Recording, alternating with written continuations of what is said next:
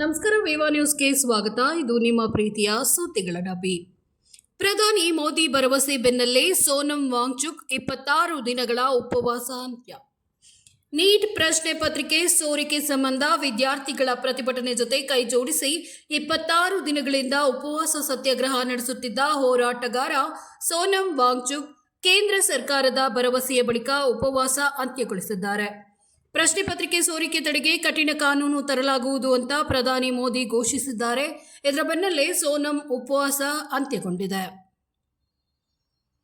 ಹೋರಾಟಗಾರ ಹಾಗೂ ಲಡಾನ್ನ ಸಾಮಾಜಿಕ ಕಾರ್ಯಕರ್ತ ಸೋನಂ ವಾಂಗ್ಚುಕ್ 26 ದಿನಗಳಿಂದ ನಡೆಸುತ್ತಿದ್ದ ಅನಿರ್ದಿಷ್ಟಾವಧಿ ಉಪವಾಸ ಸತ್ಯಾಗ್ರಹವನ್ನು ಶುಕ್ರವಾರ ಮುಂಜಾನೆ ಅಂತ್ಯಗೊಳಿಸಿದ್ದಾರೆ.